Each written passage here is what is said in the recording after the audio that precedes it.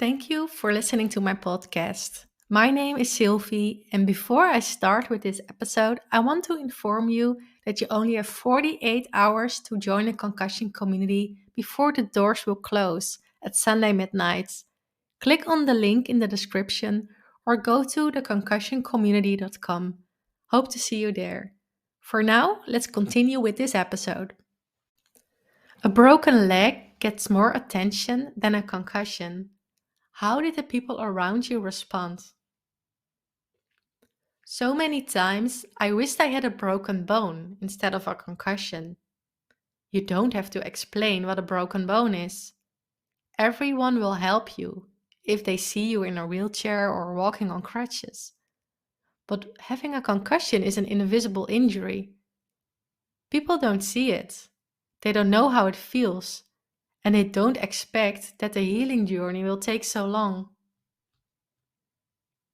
How did people react during the first few weeks? Right after the accident, people were so helpful. They asked many times how I felt and really cared about me. My boss was understanding and told me to take time off. My friends texted me and visited me to keep me company. My doctor really cared about me and was trying to help me the best he could. But what happened after you still didn't improve? The longer my symptoms persisted, the harder it was. People didn't text me on a daily basis anymore. My boss asked when I was coming back to work. My doctor didn't know what to do anymore. And his final option was sending me to a psychologist to be treated for an anxiety disorder. I felt stuck. I didn't feel better after months. I think I even felt worse. But how could I explain this to others? People still asked me how I was doing, but it was hard to tell them that after months, I didn't improve at all. People didn't understand and didn't know what to say anymore. And I didn't know what to say either. How could I explain to my boss after months of rest that I still couldn't come back? I didn't want to bother my friends with my problems, and I didn't want to go back to my doctor, who thought it was all in my head. I felt lost, frustrated, and I didn't know where to go. Did you have any place to go where you felt supported? Luckily, I had my parents. They were the only people I could be honest with, and they always tried to help me without pushing me. I don't think I could have done this without them.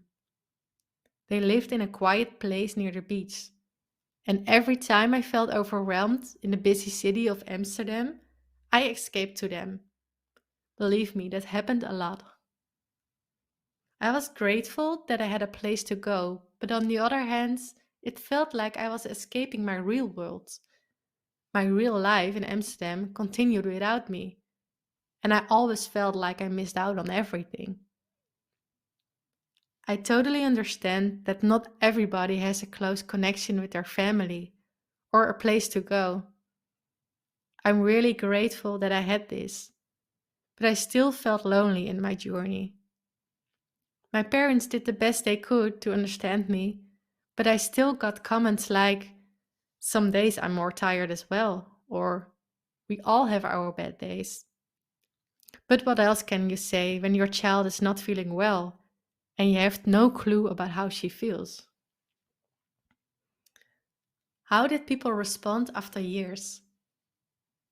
The first months after my accident, I was still waiting and telling people that I just needed a bit more time. After insisting on this for a year, I couldn't do it anymore. I had to leave my job, cut out some people who only cost me energy, and started looking for doctors who could help me. I didn't want the people who didn't care about how I was doing after a year to be part of my life anymore. It sounds dramatic, but when you are in a bad place, you get to know who your real friends are. I'm grateful for the friends I still have, and to be honest, I have a deeper connection with them than I had before the accident. Also, my connection with my family improved, And I realized that an office job is not my dream job. So losing that one was not the worst thing after all. I realized that I was trying to hold on to so many things that didn't even serve me anymore. Do you believe your accident happened for a reason? I started to believe that my concussion was something that needed to happen so that I could organize my life again. Before my accident, I was happy but always in a rush. I always had the fear of missing out, and I was never 100% happy with a 40-hour a week office job. I think I needed these uncomfortable circumstances to get me moving. Otherwise, I would never have made any changes.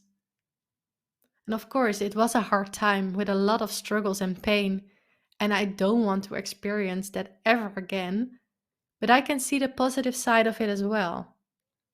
I hope you can too. If not now, then there will come a time in the future where you can see it. I promise. Thank you for listening to my podcast.